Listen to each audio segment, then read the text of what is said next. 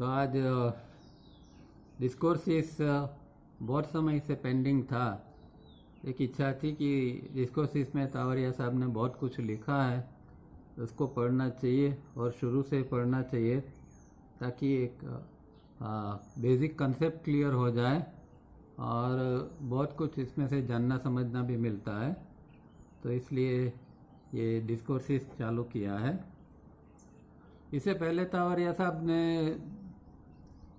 जिसको हम inner discipline कहते हैं वो पार्ट 1 और 2 लिख चुके थे वो, और the purpose of birth and death भी लिख चुके थे। क्योंकि ये डिस्कोर्सिस की ये जो है पहली मीटिंग 22 अक्टूबर 1881 को हुई थी। तो उससे पहले बहुत समय पहले उन्होंने ये पर्पस वगैरह लिख लिया था। फिर वो अपने हिसाब से कुछ नोट्स वगैरह लिखते रहते थे और खास कुछ पब्लिश करते नहीं थे। ये भी इनर डिसिप्लिन पर्पस वगैरह किताब के रूप में उन्होंने नहीं ये किया था, लिख के रखा था पर पब्लिश नहीं किया था। और उनके कुछ फ्रेंड्स थे, उनको पता था कि ये काफ़ी उनका ये लिखते भी है और बहुत गहरी समझ है और साधना भी बहुत गहरी करते हैं। तो बहुत लोग उनको इंसिस्ट करते थे कि आप कुछ शेयरिंग करो, उसको हमें समझाओ, ये सब बताओ। तो कुछ लोगों का बार बार कहने के बाद 81 के अंदर उन्होंने ये चीज़ शुरू की थी कि कुछ 9 व्यक्ति के साथ में उन्होंने पहली मीटिंग की थी। अब शायद यहाँ एक प्रश्न उठता है कि भाई ये तो इतनी सारी उनकी साधना थी, इनका एक अचीवमेंट था, इतना नॉलेज था, तो वो पब्लिक में क्यों नहीं आते थे। तो कई बार उन्होंने कहा था कि भाई इस जन्म में मेरा गुरु का रोल नहीं है, तो मैं इस तरह पब्लिक में आके ये सब नहीं बताऊंगा। पर ऐसा भी कहा था एक बार उन्होंने कि भाई मेरे जीवन के अंतिम समय में मैं ये सारी क्रियाएं सब ओपन कर दूंगा और शिविरों में जाके सब बताऊंगा। तो ऐसा ही हुआ। वो कोई बाहर तो जाते नहीं थे, एक बार खाली वो गए थे, मैसूर गए थे 2 बार, और 88 से माधवपुर आते थे, बाकी कई जगह पर सिखाने नहीं जाते थे। पर 94 जिस साल में उन्होंने देह छोड़ा, उस साल के अंदर ही उन्होंने जनवरी से बाहर अलग अलग शहरों में शिविर लेना शुरू किया था। पहला राजकोट से शुरू किया था 94 के अंदर, और कुछ 6-7 शिविरें 5 महीने के अंदर लिया था। और हम जानते हैं कि 29 मई 1994 को उन्होंने देह छोड़ दिया था, फिजिकल बॉडी छोड़ दिया था। तो इस तरह उनका ये था, इसलिए उन्होंने ये कोई ख़ास पब्लिक में ये सब वो नहीं करते थे। और ये भी क्या था कि वो कुछ इस तरह की नोट बनाते थे, और उस ज़माने में तो जेरोक्स नहीं था, तो साइक्लोस्टाइल करते थे। इसकी कुछ कॉपीज़ साइक्लोस्टाइल बना लेते थे, और सिर्फ वहाँ जो प्रोग्राम में जो आते थे, तो महीने में एक बार वो करते थे, तो वहाँ जो आते थे इन लोगों को साइक्लोस्टाइल कॉपी दे देते थे। तो फॉर्चुनेटली हमारे पास ये सारा अभी जो है वो जो उन्होंने दिया था, अब वो ये नोट लेके आते थे और इसको फिर डिस्क्राइब करते थे। ये तो हम तो सिर्फ नोट पढ़ते हैं, पर इससे भी ज़्यादा वो अपने लेक्चर में डिस्क्राइब करते थे ये सारी चीज़ें। वो तो हमारे पास है नहीं। हालांकि 88 से कुछ उनके लेक्चर्स बम्बई के रिकॉर्ड हुए हैं, पर उसमें कुछ खास क्वालिटी नहीं है, इसलिए सुनना थोड़ा मुश्किल है। बाकी उन्होंने बम्बई में इतने सालों में बहुत कुछ बोला था, बहुत बताया था। योग सूत्र के ऊपर भी 2 बार चर्चा की थी। तो खैर हमारे पास जो नोट है उससे ही हमें आगे चलाना है। तो आज डिस्कोर्सिस 1 की फर्स्ट मीटिंग जो है 22 अक्टूबर 81 का, उससे पढ़ने की शुरुआत करते हैं और समझने का प्रयत्न करते हैं। 9 friends were present and including my self 10। तो शुरुआत में सिर्फ 9 लोग ही थे उस मीटिंग के अंदर। उनके जो खास कोई फ्रेंड्स वगैरह होंगे उनको ही उन्होंने बताया होगा, तो वो लोग आए होंगे। और वो खुद में मिला के 10 लोग थे। तो ब्रीदिंग एक्सरसाइज वेयर गिवन, और उसके अंदर उन्होंने ब्रीदिंग एक्सरसाइजेज बताई थी। Simple deep and fast chest breathing for half minute, simple deep and fast abdominal breathing for half a minute. तो ये बाद में यही चीज़ हमें रिफाइनिंग के रूप में मिली, जो कि म्यूज़िक के साथ में मिली। उस समय म्यूज़िक अभी डेवलप नहीं हुआ था, तो वो फास्ट इस तरह कम से कम 36 बार हो सके इतनी फास्ट वो खुद कराते थे। तो आधी मिनट पहले उन्होंने 81 में ये इंट्रोड्यूस किया था 9 लोगों को। पहली चेस्ट की एक्सरसाइज और दूसरी अपनी second abdominal exercise. Some friends have skipped some days, some do fast but not deep. On the second meeting on 5th November 81, all will be checked for correctness and guided accordingly। तो कुछ लोग उस समय भी regular करने वाले बहुत कम लोग थे। कुछ करते थे, कुछ नहीं करते थे, कुछ करते थे पर गलत करते थे, फास्ट करते हैं पर डीप में नहीं करते हैं, क्योंकि इसमें डीप एंड फास्ट ब्रीदिंग है, रिफाइनिंग हम जानते हैं। तो ये सब शुरुआत में तो गलतियाँ होती है, और समय तो म्यूज़िक भी नहीं था, तो ऐसे ही करना पड़ता था। पर वो खुद ब खुद सबका चेकिंग करते थे। वो नसीबदार लोग थे कि जो खुद उनके पास सीखे थे। और कहते हैं कि अभी जो नेक्स्ट 5 नवंबर को मीटिंग होगी, उसके अंदर फिर से इन लोगों का चेकिंग किया जाएगा और मार्गदर्शन दिया जाएगा। The subject of ordinary persons thinking, so called thinking, was taken up. The normal thinking of a normal average person is only automatic reflex action. अब उस दौरान उन्होंने थिंकिंग के ऊपर बात की थी फर्स्ट मीटिंग के अंदर। और जिसको हम थिंकिंग कहते हैं वो तो इसको ऑटोमेटिक रिफ्लेक्स एक्शन ही कहते हैं, वो थिंकिंग भी नहीं कहते हैं। क्योंकि ऑटोमेटिक रिफ्लेक्स में एक्शन मतलब कि जो कुछ देखा, जो कुछ सुना और उसका इंस्टेंटली हमने उसको रिएक्ट कर दिया, रिफ्लेक्स एक्शन की तरह। रिफ्लेक्स एक्शन कैसा होता है कि भाई हमारे शरीर पर मच्छर बैठा है और मच्छर काटता है, तो हम तुरंत ही इमीडिएटली बिना सोचे उसको मारने के लिए हाथ उठा लेते हैं। तो ये रिफ्लेक्स एक्शन होता है। इसी तरह हमारा जो माइंड जो है वो भी इसी तरह काम करता है।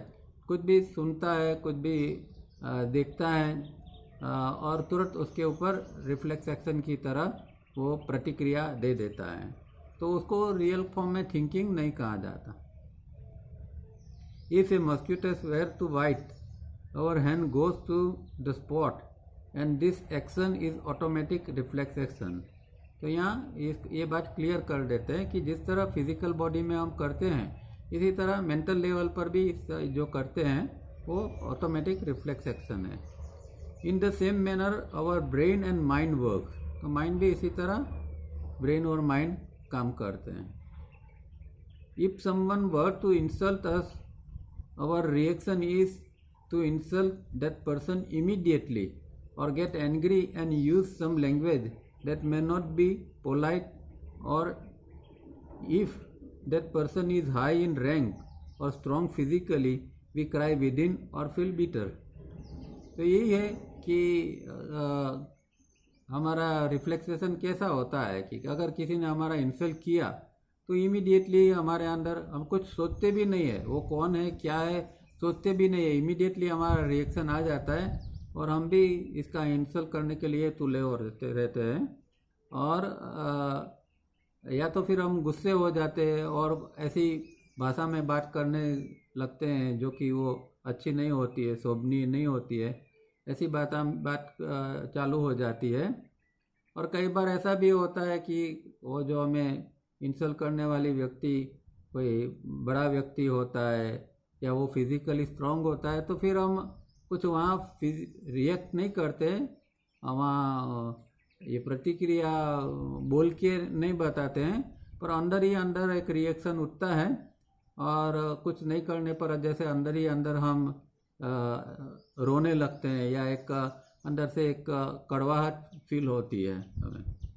तो इस तरह ये सब हमारा अनुभव है, ज़िंदगी का अनुभव है, और सबको ये अनुभव हमेशा होता रहता है। तो ये हम जानते हैं, पर इसी को वो रिफ्लेक्स एक्शन कहते हैं। हालांकि जो सही है वो ये नहीं है, सही थिंकिंग है वो और कुछ है। The second stage of thinking, so-called thinking, is that we speak and argue from whatever we have heard from others or read other people's ideas, that is books. We are mere tape recorders. तो दूसरा भी एक so called thinking का प्रकार है कि जिसके अंदर व्यक्ति बहुत कुछ पढ़ता है, बहुत कुछ सुनता है और इतना इसका ब्रेन तैयार हो चुका होता है कि जब भी जहाँ जो कोई मौका मिलता है वहाँ वो चालू हो जाता है, बोल बोल करता है, कुछ ना कुछ सुनाता रहता है। हम देखते हैं ना, कई लोग शेर व शायरी बोलते हैं, कुछ कहावत बोलते हैं, कुछ प्रोग्रामों में भी हम देखते हैं कि इमीडिएटली इस तरह का वो लोग रिएक्शन देते हैं। तो ये भी एक प्रकार का सो कॉल्ड थिंकिंग ही है कि जिसके अंदर व्यक्ति के अंदर जो कुछ भरा है वो दूसरों के सामने वो पैरट की तरह बोलना चालू कर देते हैं। इसीलिए यहाँ कहा कि भाई we are mere tape recorders. हमारा अपना क्या है? अगर बात करनी है तो हमें अपने अनुभव से करनी चाहिए। अगर किसी का कहीं भी जाके बोलते रहेंगे, कई लोगों को देखेंगे और कई लोगों का लेक्चर भी सुनेंगे, तो उसके अंदर इतना सारा कोटेशंस होंगे, कोई बड़े बड़े लोगों का, महापुरुषों का कोटेशंस हर कई बार कहीं बोलने वाले बताते रहते हैं। तो उसके अंदर उसका खुद का क्या है? वो तो उसने यहाँ से लिया, उधर से लिया, ये और ऐसा ज़्यादा कोटेशन वाला लेक्चर ज़्यादा इम्प्रेसिव और ज़्यादा वो नॉलेजेबल कहलाता है कि भाई देखो इसको कितना नॉलेज है, कितना उसने रेफरेंस ये किया है। पर हकीकत में ऐसा नहीं है। आदमी को जो है वो अपना अनुभव, और तावड़िया जी तो बार बार कहते हैं कि मैंने जो अनुभव किया है वही मैं बात करूँगा, दूसरे किसी ने क्या कहा है उससे मुझे कुछ कहना नहीं है। मुझे जो कहना है और मेरे जो अनुभव से आया है वो चीज़ मैं आपको बताऊँगा। तो यही सही चीज़ है और बार बार ये चीज़ों को दोहराने की ज़रूरत नहीं है। ये जो हम पढ़ते हैं, समझते हैं, वो अपने लिए है, ये कोई शोबाजी के लिए नहीं है। ये खास ध्यान में रखना है। Then a question was read from Patanjali Yoga Sutra. Sorry, the quotation was read from Patanjali Yoga Sutra. अब यहाँ एक बहुत इम्पोर्टेंट टेक्निक यहाँ वो दे रहा है जिसको पोज की टेक्निक कहा जाता है, और ये पहली मीटिंग में उन्होंने इंट्रोड्यूस कर दी थी क्योंकि ये बहुत इम्पोर्टेंट टेक्निक है। और जो हमारा मैकेनिकल थिंकिंग और मैकेनिकल जो रिएक्शन है उसके ऊपर काबू पाने के लिए ये जो है वो टेक्निक बहुत महत्वपूर्ण है और इसका हम उपयोग भी कर सकते हैं, डे टू डे प्रैक्टिस की इसकी प्रैक्टिस भी कर सकते हैं।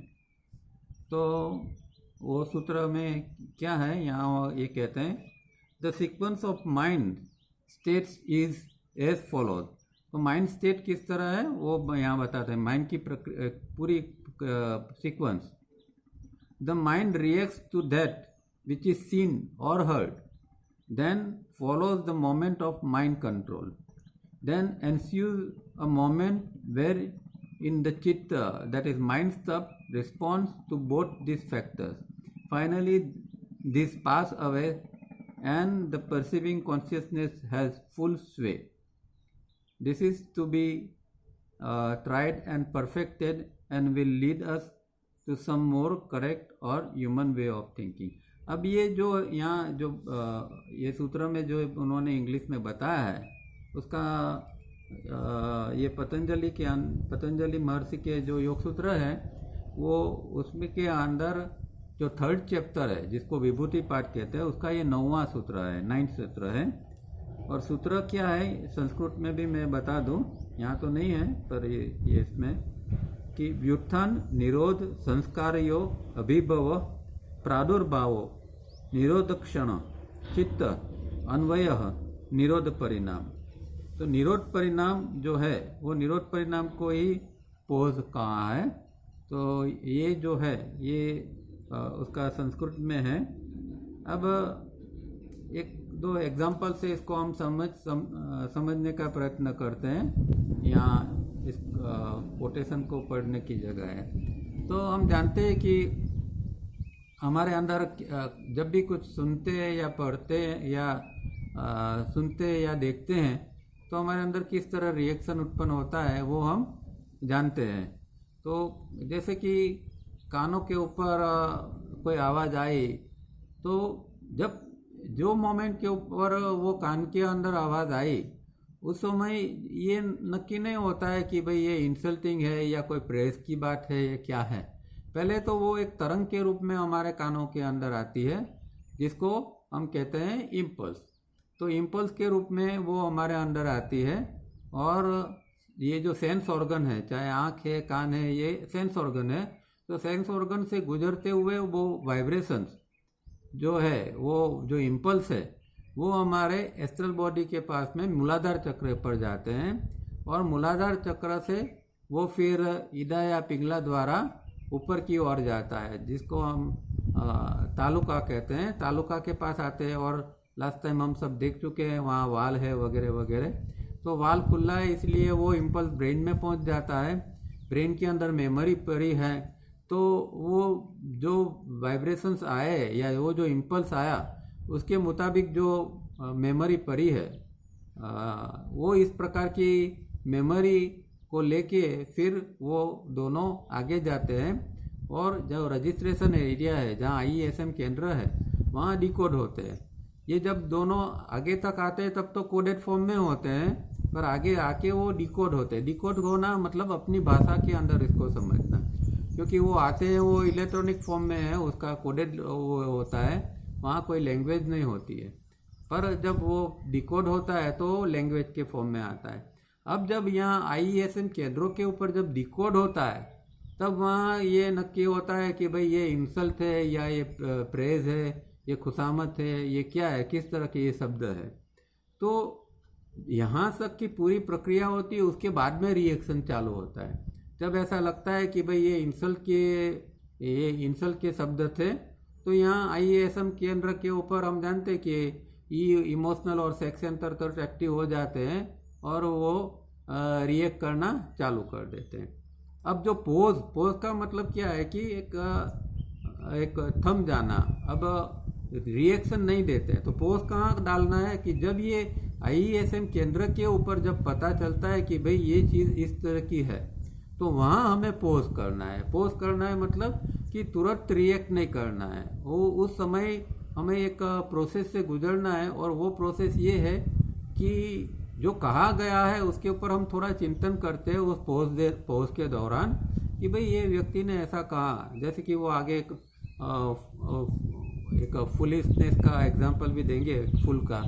तो इस तरह में सोचना है, मानो कि किसी व्यक्ति ने कहा हमें कि भाई तू मूर्ख है, तो ये जो गैप है, ये जो पोज का गैप है, उसके अंदर व्यक्ति को सोचना चाहिए कि भाई ये व्यक्ति ने मुझे मूर्ख कहा है तो सच में क्या मैं मूर्ख हूँ कि ये कोई इसने अपने हिसाब से ही बोल दिया, उसको कुछ मेरे प्रति द्वेष है इसीलिए उसने ऐसा कहा, कि क्या कारण है। और वो जब चिंतन होता है उसके बाद में एक सही जो आंसर अंदर से आता है वो उसको रिस्पॉन्स कहते हैं। तो रिएक्शन के बदले में फिर रिस्पॉन्स आएगा। तो जब पोज करते हैं तो पोज के दौरान ऐसा चिंतन होगा, चिंतन के दौरान जो अंदर से चीज़ निकलेगी वो रिएक्शन फिर नहीं होगा और वो रिस्पॉन्स के रूप में, प्रतिभाव के रूप में वो चीज़ होगी। फिर अगर उसको जवाब देने की ज़रूरत है तो हम कोई अच्छे ढंग से अच्छी तरह उसका जवाब दे सकते हैं। इस तरह की पूरी जो प्रक्रिया जो है वो इस तरह जो होती है उसके अंदर ये पोज का यहाँ रोल है और ये ज़िंदगी में हमें बहुत काम लगता है, क्योंकि रोज़ ये ऐसा कुछ ना कुछ तो होता है कि जहाँ हमें रिएक्शन देना पड़ता है और कई बार तो दिन में 10 बार हमारा रिएक्शन आता है किसी के प्रति। तो ये टेक्निक बहुत इम्पोर्टेंट है और इसके क्या क्या फ़ायदे वगैरह वो भी आगे बताएंगे। उसके ऊपर 1-2 और सूत्र भी महर्षि पतंजलि ने लिए हैं, वो भी इसके अंदर आगे आएंगे। This is to be tried and perfected. इसका प्रयत्न बार बार करते रहना है और उसको परफेक्ट करते जाना है। And will lead us to some more correct और ह्यूमन वे ऑफ थिंकिंग। तो ये बार बार करने से हम जो सच्ची तरह जो थिंकिंग है, सच्ची जो हमारी सोच है, वो सोच धीरे धीरे करके प्रकट होगी। जो सच माने में जो ह्यूमन थिंकिंग जो है, रियल थिंकिंग, इस तरह का वो फिर आगे जाके हमारे अंदर वो प्रकट हो सकता है। Says Patanjali explains that our first reaction is same, that is we react to what we hear or see। तो पहला रिएक्शन तो हमारा एक कॉमन होता है कि हर समय हम कुछ रिएक्ट कर देते हैं, चाहे वो कुछ सुना है या देखा है। But he suggest a moment of pose or waiting. पर यहाँ वो एक पोज और वेटिंग, एक थोपने का, यहाँ एक रुकने का, वो यहाँ एक समझाते हैं पतंजलि मुनि कि भाई यहाँ एक बार थोड़े क्षण के लिए रुक जाओ। How is this done? Suppose a person calls me a fool. First come my normal reaction, but then I allow a pause or waiting for a moment or rather a split second and ask myself, do I deserve to be called so? Or is that person temporarily abnormal and has made a mistake? This is called mind control। तो यहाँ इन्होंने ये example से भी बताया कि कोई अगर हमें कुछ मूर्ख कहता है तो रिएक्शन देने के बजाय हमें वहाँ रुक जाना है और वहाँ थोड़ा इस तरह सोचना है कि भाई जो उसने कहा है वो कुछ सही है या वो उसने कुछ गलत कहा है, या वो कोई टेम्पररीली खुद ही एबनॉर्मल है। कोई व्यक्ति, वो जो कहने वाले व्यक्ति कुछ एबनॉर्मल है और इसने ऐसा कह दिया और उसने कुछ मिस्टेक की है।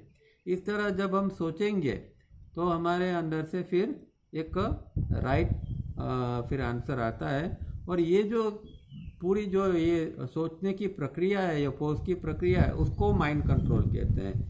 मन का नियंत्रण। वहाँ मन का नियंत्रण अपने आप में आ जाता है। मन का नियंत्रण मतलब यहाँ अभी हम रिएक्शन नहीं करते हैं, इस माने में यहाँ मन का नियंत्रण हो जाता है। No will power is use, meaning one has to diagnose before finally reacting. Our honest probe during this pause may make us aware that what the other person said may be true also। तो यहाँ कोई हम will power का use नहीं करते हैं और इस चीज़ को न कोई दबाने का प्रयत्न करते, न कुछ करते। सिंपली हम इसको जो है वो ऑनेस्टली, हम प्रामाणिक ढंग से और न्यूट्रल रहकर इस जो है वो न्यूट्रल रह के ये सोचने का प्रयत्न करते हैं कि ये बात सही है या नहीं है। What follows then is the waiting of, one, the first reaction, and second, the pause or waiting. That is, whatever we have thought of during this pause, and third, then follows what we come to understand।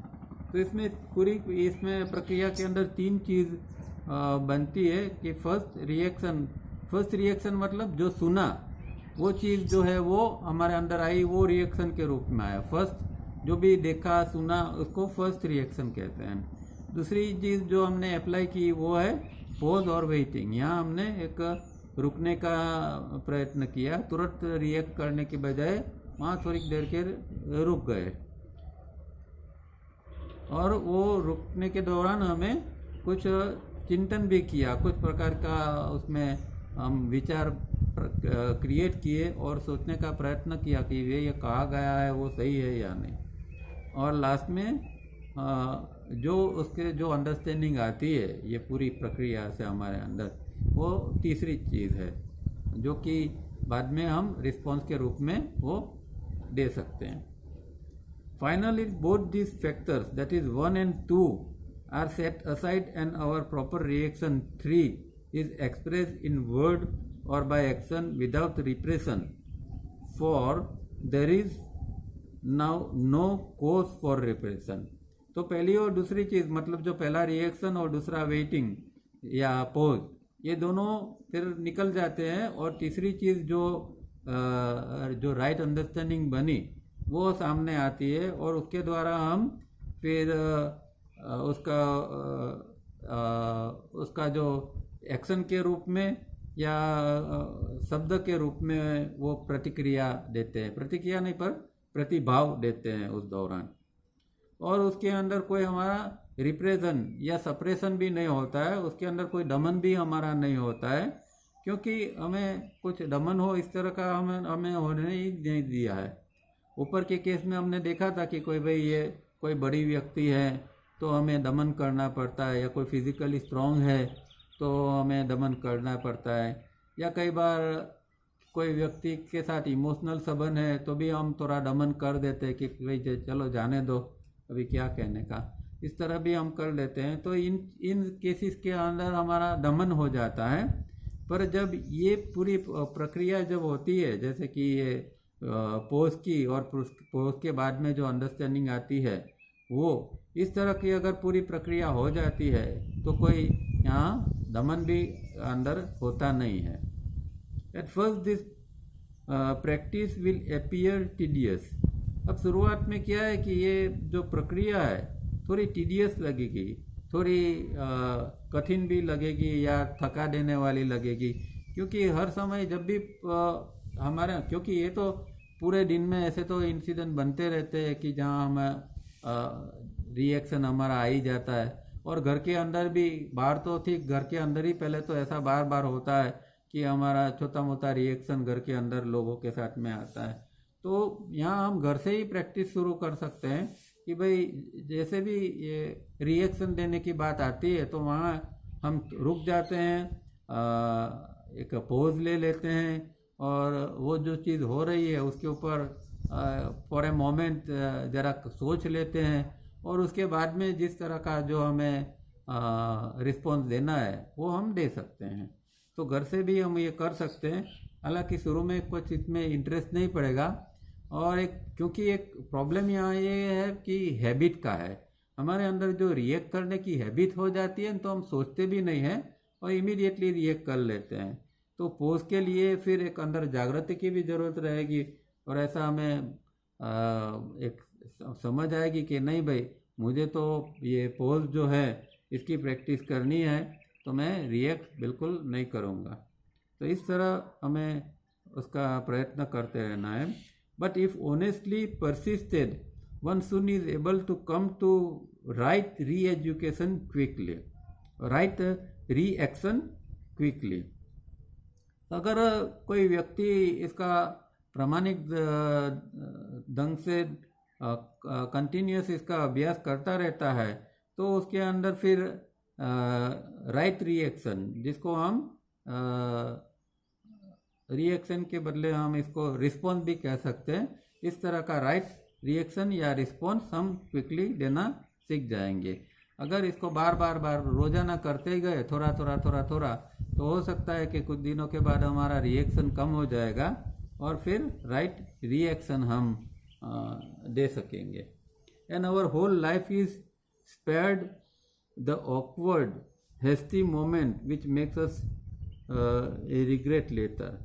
और हमारी ज़िंदगी है क्या कि हमारी ज़िंदगी के अंदर एक इस तरह का ऑकवर्ड माने कि एक बड़ा सा एक चीज़ें बनती रहती है, जैसे कि कई बार ज़िंदगी खुद एक बड़ा सा मजाक हो, इस तरह बार बार हमारे जीवन के अंदर रिपीट होता है।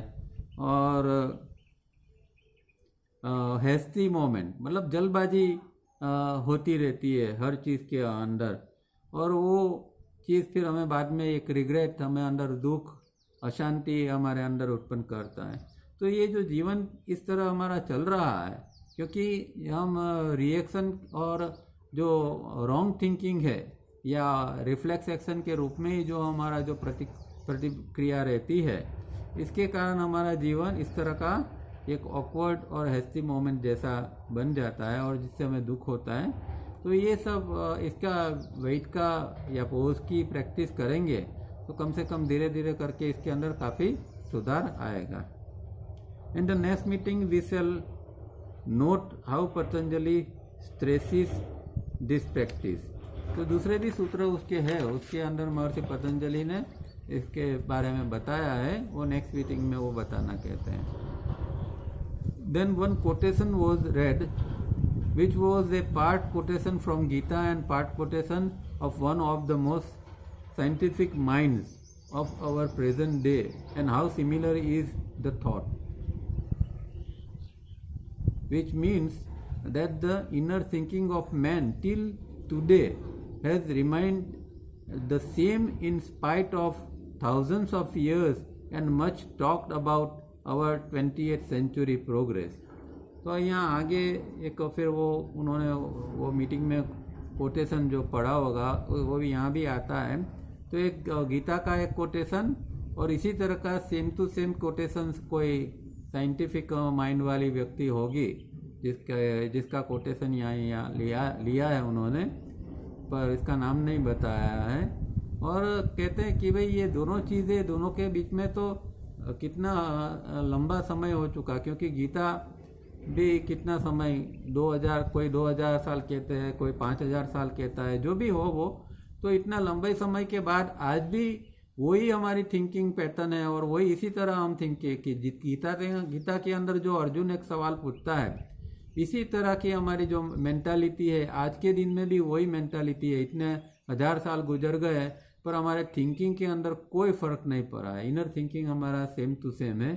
वो बात उन्होंने वहाँ इस लेक्चर में बताई थी। The quotation from Yoga Sutra of Patanjali and this quotation were mention to stress the point that there is no progress even in thousands of years unless scientific yoga methods are practiced। तो ये जो है अगर व्यक्ति साइंटिफिक योगा प्रैक्टिस नहीं करती है तो हज़ारों साल गुजर जाने के बाद भी हम इवोल्यूशन की बात करते हैं पर कोई इनर इवोल्यूशन तो होता ही नहीं है। इसलिए जो 2000-5000 साल पहले जिस तरह व्यक्ति सोचती थी वही सेम पैटर्न के अंदर आज की व्यक्ति भी सोचती है, चाहे वो कहे कि मैं 20th सेंचुरी या अभी तो 21st सेंचुरी हो गई 21st सेंचुरी की व्यक्ति हूँ, फिर भी हमारे थिंकिंग के अंदर कोई फर्क नहीं पड़ा है।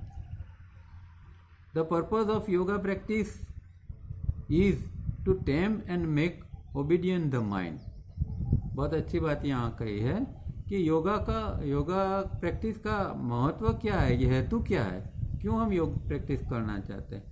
क्योंकि जो हमारा माइंड जो हजारों सालों से जो रिएक्ट करता आया है, जिसको हमने कभी भी उसको वश में नहीं किया है और उसको आज्ञाकारी नहीं बनाया है, ऐसा माइंड जो है उसको हमें वश में लेना है और आज्ञाकारी बनाना है, उसको टेम करना है। उसको जैसे एक कुत्ते को कैसे जिस तरह टेम करते हैं उसको पालतू बनाते हैं, इसी तरह हमारे मन को भी इस तरह हमारे वश में करना है और जो ओबीडियंट उसको बनाना है, मतलब आज्ञाकारी बनाना है। तो वो योगा की साइंटिफिक योगा की प्रैक्टिस से ही होगा, न खाली योगा प्रैक्टिस बस साइंटिफिक योगा प्रैक्टिस, मतलब कि मेथोडिकली योगा, कुछ अभी कर लिया कुछ बाद में कर लिया, आज थोड़े दिन आसन किए, थोड़े दिन कुछ प्राणायाम किया, थोड़े दिन ध्यान में बैठ गए तो कुछ होने वाला नहीं, वो साइंटिफिक योग नहीं है। पर स्टेप वाइज इसके सीक्वेंस जो होती है उस तरह, और यही पूरी सीक्वेंस और स्टेप्स वाइज किस तरह करना है वो तावरिया जी ने सब बताया है कि साइंटिफिक योग किस तरह किया जाता है। तो अगर इस तरह करते हैं तो ही ये मन धीरे धीरे करके हमारे वश में आएगा और वो आज्ञाकारी बन जाएगा। इट मस्ट नॉट रूल अस। ये जो है मन आज क्या है कि मन हमारे ऊपर रूल करता है, हमारे ऊपर शासन करता है, हमें उसके ऊपर शासन करना चाहिए तो वो करता है। इसीलिए वो एक राजकोट की कैसेट में तावरिया जी कहते हैं ना कि भाई ये तो ऐसी उल्टी बात हो गई कि पैर के जूते माथे के ऊपर रखा और माथे की टोपी जो है वो सर पैर के नीचे रख दी, तो ऐसी उल्टी हालत हो गई। तो अभी हमारा माइंड जो है वो हमारे ऊपर रूल कर रहा है, न कि हम उसके ऊपर रूल कर रहे हैं। It must obey and carry out our wishes as other muscles and limbs of the body do so. तो जिस तरह हमारा हाथ हिलाना है, हम सोचते हैं कि भाई मुझे हाथ हिलाना है, पैर हिलाना है, खुजली आ रही है तो मुझे खुजलाना है। तो जैसे हम ऑर्डर देते हैं, ब्रेन में से एक ऑर्डर आता है हाथ के ऊपर मसल्स को और मसल्स तरह टूट जाता है और वो क्रिया करने लगता है। इसी तरह जो चीज़ हम मन को कहें वो मन को करना पड़ता है, मन को करना ही पड़ता है, तब वो हमारे वश में है, ऐसा हम कह सकते हैं। अभी तो हम देखते हैं कि ज़्यादातर तो हम जो मन को कहते हैं वो उसको बाजू में ही कर देता है। बहुत कम चीज़ ऐसी होती है कि जो मन करने के लिए तैयार होता है, और थोड़ी भी कठिन चीज़ है या नई चीज़ है या खास करके योगा प्रैक्टिसेस है, उसके अंदर तो मन इतना बहाना बनाता है और छटकने का हमेशा प्रयत्न करता है।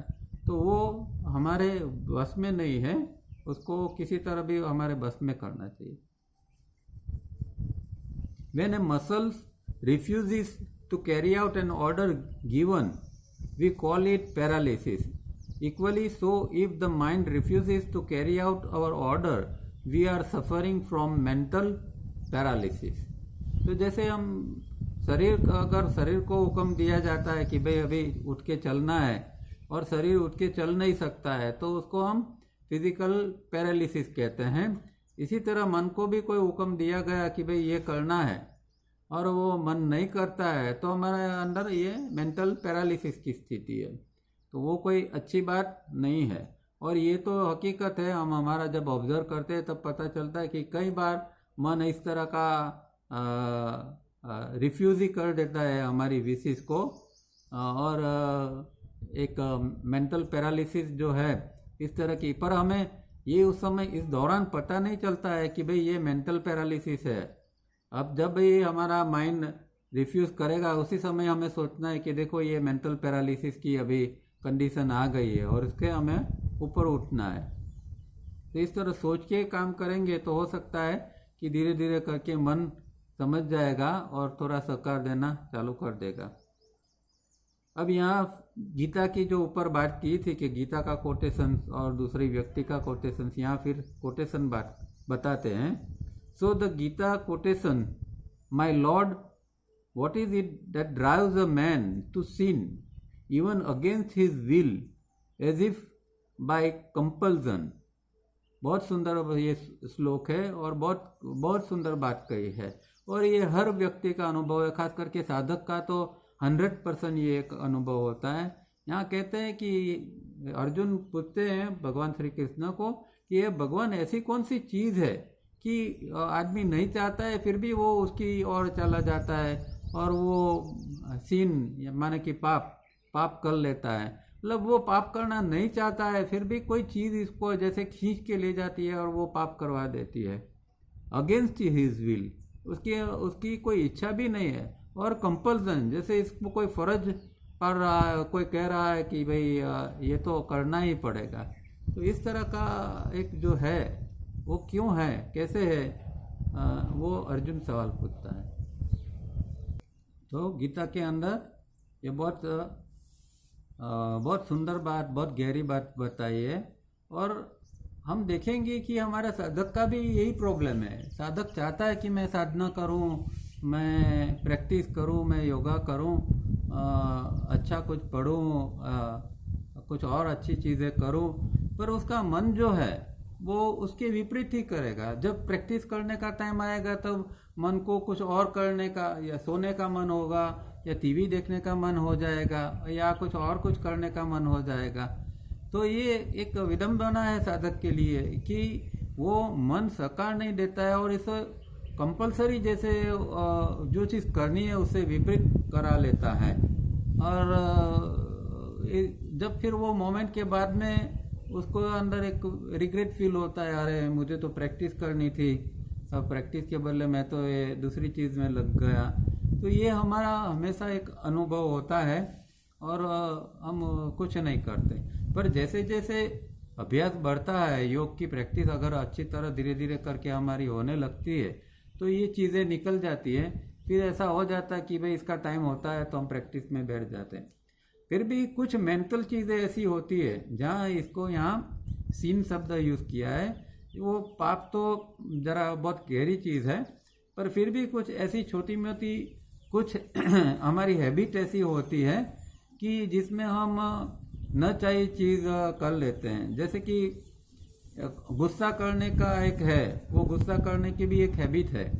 तो आदमी के अंदर एक ऐसी हैबिट हो जाती है, तो वो न चाहते हुए भी वो गुस्सा कर लेता है और खुद ही कहता है कि भाई मुझे तो गुस्सा नहीं करना था पर गुस्सा आ गया। तो ये इस तरह की चीज़ इसके अंदर, व्यक्ति के अंदर होती रहती है और उसका कोई कंट्रोल उसके ऊपर नहीं है, क्योंकि उसका मन जो है वो उसके वश में नहीं है। अब दूसरी व्यक्ति का कोटेशन, आज की जो 28th सेंचुरी में जो व्यक्ति है वो भी इसी तरह की कुछ बात करते हैं। And the other quotation of our present day, I want to know why apparently intelligent individuals so often behave in certain ways against their own inclinations and wishes। तो यही बात है कि जैसे वहाँ ऊपर क्या कहा कि भाई अगेंस्ट विल आदमी पाप कर लेता है, तो यहाँ यही बात कही है कि, और यहाँ तो दूसरी ये बात कही कि इंटेलिजेंट इंडिविजुअल्स, चलो सामान्य व्यक्ति तो भूल करता है तो समझे हम, पर जो सोकुल इंटेलिजेंट व्यक्ति है, समझदार व्यक्ति है, पढ़ा लिखा हुई व्यक्ति है, वो भी इस तरह का बिहेवियर करता है कि उसकी अभिरुचि और उसकी इच्छा उससे विपरीत वो इस तरह काम करता है कि दूसरों को भी आश्चर्य कभी होता है। और हमने भी कभी कभी ऐसा देखने को मिलता है कि भाई कोई सो कॉल महापुरुष है जो सोसाइटी में कहा जाता है कि भाई ये महापुरुष है, वो धर्म का क्षेत्र का हो सकता है, आध्यात्मिक क्षेत्र का, या कोई पॉलिटिकल, इस तरह का किसी तरह का भी वो अगर कोई महापुरुष है, पर इन लोगों के अंदर भी कभी कभी ऐसी विचित्र बातें उठती है, विचित्र बिहेवियर उठता है कि एक आश्चर्य होता है कि ये व्यक्ति इस तरह कैसे कर सकती है। क्योंकि यही बात है, ये सबके लिए एक कॉमन बात है कि अभी मन वश में नहीं है, इसीलिए जो 2000 साल पहले की जो स्थिति थी, आज मन की वही स्थिति है। 2000 साल पहले जिस तरह वो रिएक्ट कर रहा था, आज भी मन हमारा इसी तरह रिएक्ट कर रहा है, क्योंकि हमने इनर प्रोग्रेस नहीं किया है, हमारा इनर इवोल्यूशन नहीं हुआ है। तो ये दोनों कोटेशन बहुत अच्छे हैं, इससे हमें पता चलता है। Arjun cries about the rebellious human mind. Our present day scientists cries about this rebellious human mind. तो अर्जुन तो वो तो हमारे एक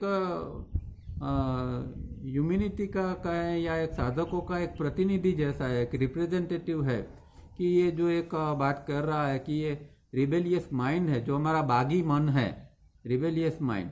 तो एक बागी मन है, वो बागी मन के बारे में ये अर्जुन एक चित्कार करता है। और इसी तरह जो आधुनिक ज़माने का कोई व्यक्ति जो है, जो साइंटिफिक माइंड वाला व्यक्ति है, वो भी इसी तरह ये एक चित्कार करता है कि भाई ये हमारा मन किस तरह का बागी मन है, जो सुधरने का नाम ही नहीं लेता है। Only scientific yoga practices help one to slowly but surely command the mind into absolute and even willing obedience।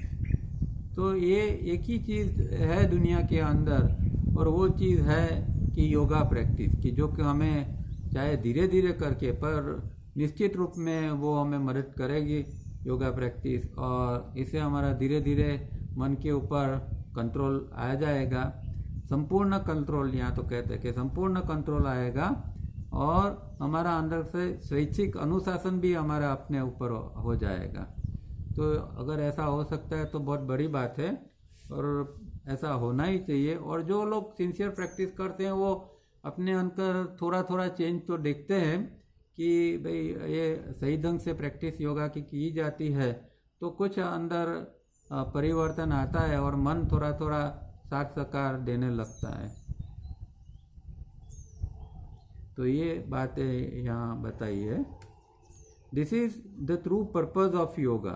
योग का सच्चा हेतु यही है, प्रैक्टिस का सच्चा हेतु यही है। What are the practices, we shall come to this later. तो प्रैक्टिसेस उसके लिए क्या करनी है वो बाद में वो बताएंगे।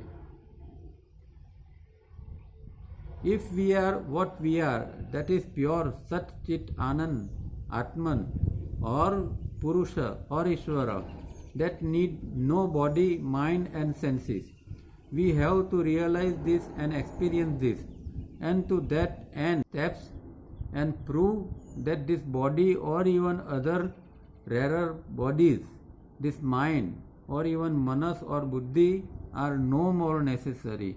For Atman, Purush or Ishvara being above all this, but let us not only take as tape recorders. तो यहाँ आत्मा की पूर्णता के बारे में लास्ट में बताते हैं, जैसे कुछ लोगों के अंदर होता है, इस तरह की यहाँ भी बात की है कि आत्मा जो है वो अपने आप में परिपूर्ण है, वो जो है वो है, उसके अंदर उसको किसी चीज़ की ज़रूरत नहीं है, न मन की ज़रूरत है, न शरीर की ज़रूरत है, न बुद्धि की ज़रूरत है, न अंतःकरण की ज़रूरत है। ये जो चीज़ है वो हमें एक्सपीरियंस करना चाहिए और इसको हमें रियलाइज़ करना चाहिए। जब आत्म तत्व का बोध होता है तब वो व्यक्ति जानता है कि मैं आत्मा हूँ और ये सारे जो है ये तो मेरे साधन है, ये शरीर है, मन है, इंद्रिय है, बुद्धि है, ये तो मेरे साधन है, मैं नहीं हूँ, मैं जो हूँ वो आत्म तत्व हूँ। इस तरह का जब उसको एक्सपीरियंस होता है तब ये बोध होता है। और ये अगर साइंटिफिक स्टडी इस तरह का हम करते हैं तो धीरे धीरे करके हमें इस तरह का अनुभव होता है कि भाई ये कुछ मैं नहीं हूँ और न मुझे इसकी ज़रूरत है, क्योंकि जो आत्मा है ये इन सबसे परे है। तो इस तरह का अंतिम अनुभव ये जो है योग का अंतिम अनुभव ऐसा होना चाहिए। पर कहते हैं कि भाई ये कोई टेप रिकॉर्डर तरह ये बकबक करने की बात नहीं है, इसका अनुभव होना चाहिए। नहीं तो कहता है ये जो जिस तरह वो निर्वाण शतक में कहा है ना, मनोबुद्धि अहंकार चित्तानि नाहम, तो लोग गाते रहते हैं पर वो एक्सपीरियंस नहीं करते हैं, तो उसका कोई मतलब नहीं है। गाने से कुछ अनुभव नहीं होता है, उसका अनुभव करना चाहिए कि न मैं मन हूँ, न बुद्धि हूँ, न चित्त हूँ, न अहंकार हूँ, चिदानंद रूप हूँ। तो वो चिदानंद रूप का जब अनुभव जिस दिन आएगा, जब व्यक्ति वो हमने देखा ना चार्ट के अंदर वो 3B और 3C के ऊपर पहुँचेगा, तब इस तरह का अनुभव होता है। तब तक के लिए उसको कुछ दोहराने की, इसको टेप रिकॉर्डर की तरह बोल करने की ज़रूरत नहीं है। तो यहाँ फर्स्ट मीटिंग ख़त्म होती है। अब और 15 मिनट है तो सेकंड मीटिंग का भी थोड़ा पढ़ लेते हैं। Second meeting, 5th November 1981. Dear friends, we have in our first meeting taken up two important thoughts and have started elementary study on them. These two thoughts are breathing and thinking. तो पहली meeting के अंदर उन्होंने ये breathing और thinking के दो thoughts लिए थे, उसमें खास करके थिंकिंग के बारे में उन्होंने डिटेल में बताया था। हमने उसके अंदर पोज की टेक्निक भी देखी थी। अब यहाँ आगे और बात करते हैं। We shall note as we study further that we average human beings, that is 95% of the people all over the world और even more do both this important functions incorrectly. अब ये जो ब्रीदिंग और थिंकिंग दोनों जो important जो functions है हमारे शरीर और मन के, वो दोनों को पूरी ह्यूमैनिटी के 95% या इससे भी ज़्यादा लोग जो है वो गलत ढंग से करते हैं। हम जानते हैं, हम देखते हैं कि भाई सही ब्रीदिंग तो अब हम 3 स्टेप रिदमिक ब्रीदिंग करते हैं, तब पता चला कि भाई सही ब्रीदिंग क्या है। तो आज तक तो हम भी सही ब्रीदिंग नहीं करते थे और आजू बाजू जिसको देखते हैं तो कोई 3 स्टेप तो करता ही नहीं है, मतलब सबका गलत ही ब्रीदिंग चल रहा है। और थिंकिंग का तो कहना ही क्या, थिंकिंग या सोच जो है वो तो एकदम गई गुजरी होती है। कौन से मोमेंट पर कौन सा विचार आ गया, कौन से मोमेंट पर कौन सा एक्शन रिएक्शन हो गया, वो तो हम जानते हैं। तो ये दोनों चीज़ एकदम इनकरेक्ट वे के अंदर या कंडेम परिस्थिति के अंदर हमारे अंदर चल रही है। The pity is we are forced to carry out both these functions continuously and yet we take no steps positive and constructive to do anything about these functions in both developing और advanced countries. तो ये एक दयाजनक बात तो ये है कि जैसे कि हमें को मजबूरी में ये करना पड़ता है, मजबूरी में हमारी जैसे कि मजबूरी है कि हमारा गलत ब्रीदिंग चल रहा है और गलत हमारा थिंकिंग चल रहा है, और इसके ऊपर हम कुछ स्टेप्स भी नहीं लेते हैं, कोई पॉजिटिव या कंस्ट्रक्टिव स्टेप जो लेने चाहिए, कुछ सर्जनात्मक या कुछ क्रियात्मक ऐसी चीज़ करनी चाहिए कि जिससे हमारे ये दोनों के अंदर चेंज आए, पर ऐसा हम कुछ करते नहीं हैं। और ये कोई खाली एक कंट्री या एक इसकी बात नहीं है, कुछ लोगों की बात नहीं है, पर जहाँ भी वो डेवलपिंग कंट्री है या फिर एडवांस कंट्री है, मतलब जिनका विकास हो रहा है, ऐसे कंट्रीज हमारे इंडिया जैसे या जो विकास कर चुके हैं जो वेस्टर्न कंट्रीज है, ऐसे कंट्री सबके अंदर सबकी जो ह्यूमैनिटी है, सब जो लोग हैं वहाँ जहाँ भी है, वो दोनों के अंदर यही चीज़ है कि न ब्रीदिंग कोई सच्चे ढंग से करता है, न किसी का थिंकिंग। अब एक प्रॉब्लम क्या है कि कुछ एडवांस कंट्रीज है तो हम ऐसा मानते कि भाई वो लोग एडवांस हो गए तो उनका कुछ थिंकिंग तो अच्छा ही होता होगा ना, कुछ इनका इतना रिसर्च होता होगा तब वो जाके एडवांस बने ना। तो इससे कुछ लेना देना नहीं है। हमने देखा कि थिंकिंग, राइट थिंकिंग गलत चीज़ है, और अगर आप कुछ साइंटिफिक ढंग से या कुछ और कुछ प्रयोग कर लेते हैं या कुछ संशोधन कर लेते हैं, इससे कोई ये कोई ऐसा माइंड नहीं हो गया है कि जो रिएक्ट नहीं करता हो, क्योंकि वो साइंटिस्ट है, वो भी ऑर्डिनरी पर्सन की तरह अगर आप इसका इंसल्ट करोगे तो वही सेम वे में वही इस तरह का ही रिएक्शन करेगा।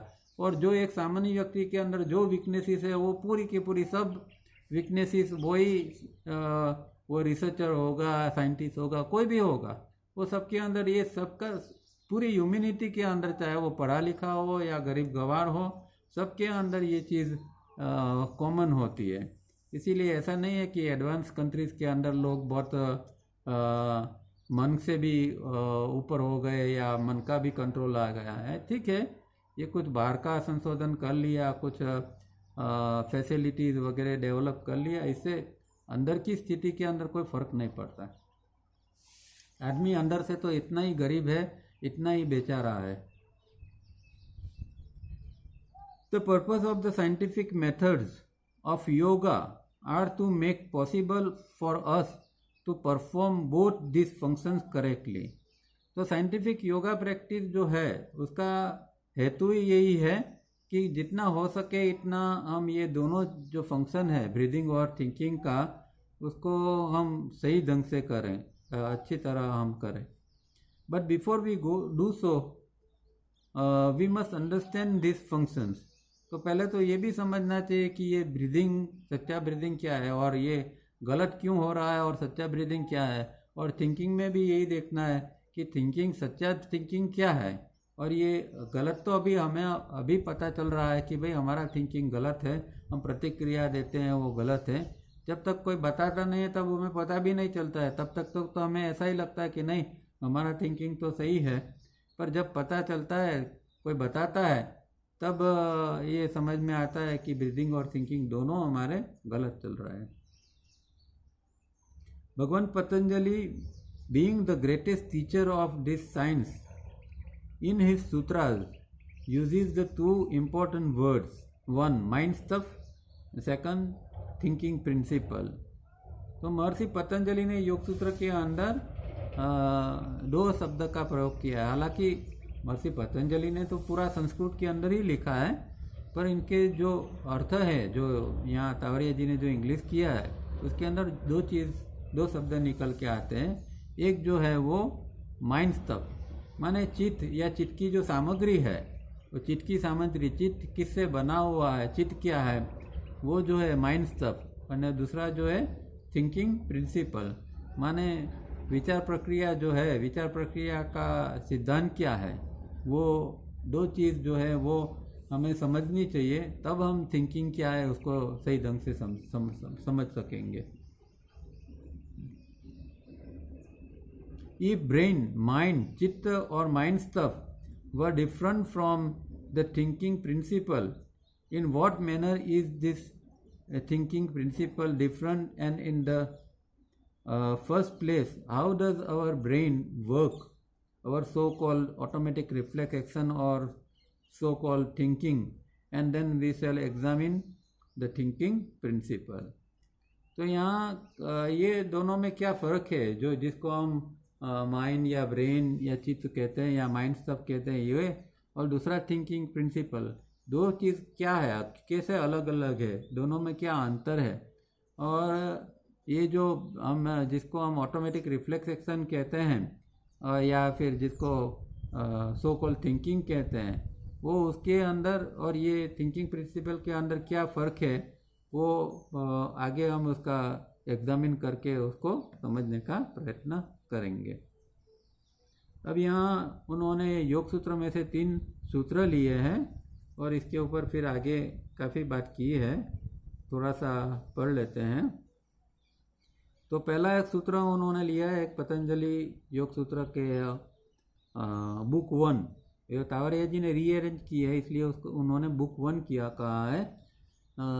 योग सूत्र जो ओरिजिनल है उसके अंदर का है तो वो बुक 1 मतलब कि समाधिपात, जिसको महर्षि पतंजलि कहते हैं।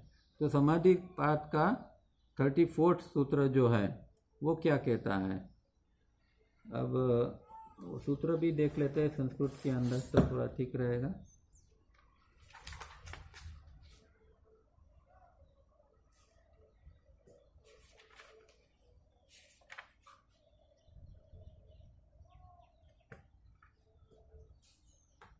The peace of the chitta, mind stuff, is also brought about by the regulation of the prana और life current.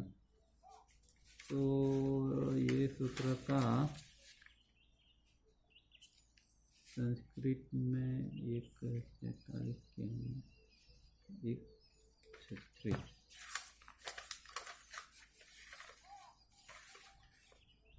हाँ, ये जो है उसमें संस्कृत में इस तरह कहा गया है,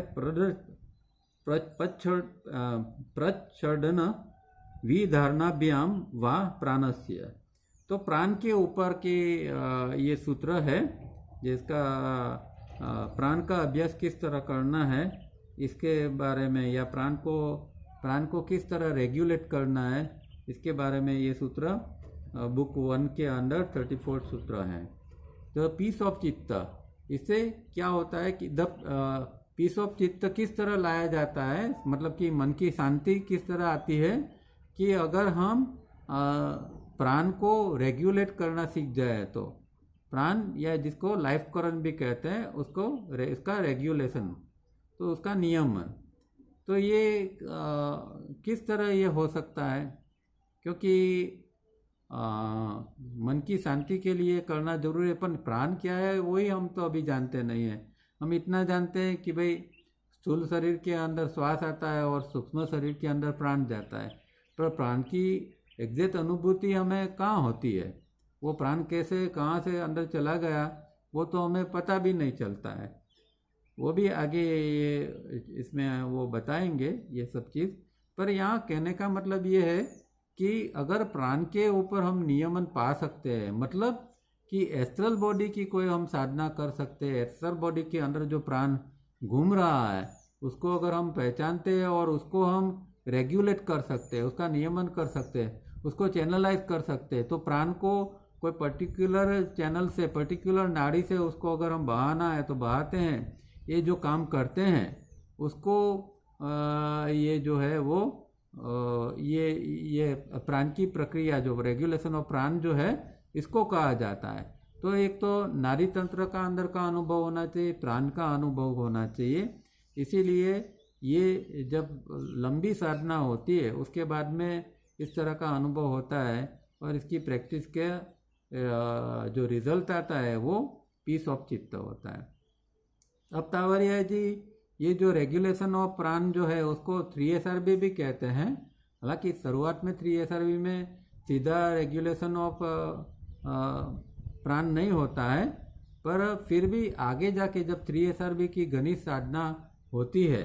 और जब प्राण और श्वास का सिंक्रोनाइजेशन होता है या फिर एस्ट्रल बॉडी और फिजिकल बॉडी का जब सिंक्रोनाइजेशन होता है, तब क्या होता है कि ये जो है वो रेगुलेशन प्राण की हमारे अंदर कैपेसिटी आती है। तो उस दौरान फिर ये पीस ऑफ चित्ता का भी अनुभव होता है। मतलब 3SRB ये जो है इसकी शुरुआत है, रेगुलेशन ऑफ प्राण करना है, आपको प्राण का नियमन करना है तो वो 3SRB से ही हो सकेगा। 3SRB से आगे आगे जाके प्राण की अनुभूति होगी और फिर प्राण का नियमन करना भी हम सीख जाते हैं। तो इस तरह ये पहला सूत्र के अंदर उन्होंने ये बताया हुआ है। इसको आगे वो क्या एक्सप्लेन करते हैं वो देखेंगे। अब दूसरा सूत्र और तीसरा सूत्र ये है, और मेरे ख्याल से नेक्स्ट टाइम में हम बाकी के सूत्र पढ़ेंगे, क्योंकि इसका फिर डिटेल में थोड़ा समझना पड़ेगा। तो नेक्स्ट टाइम आगे देखेंगे। यहाँ समय हो रहा है, 2-3 मिनट बाकी है। किसी को कुछ प्रश्न है तो पूछ सकते हैं।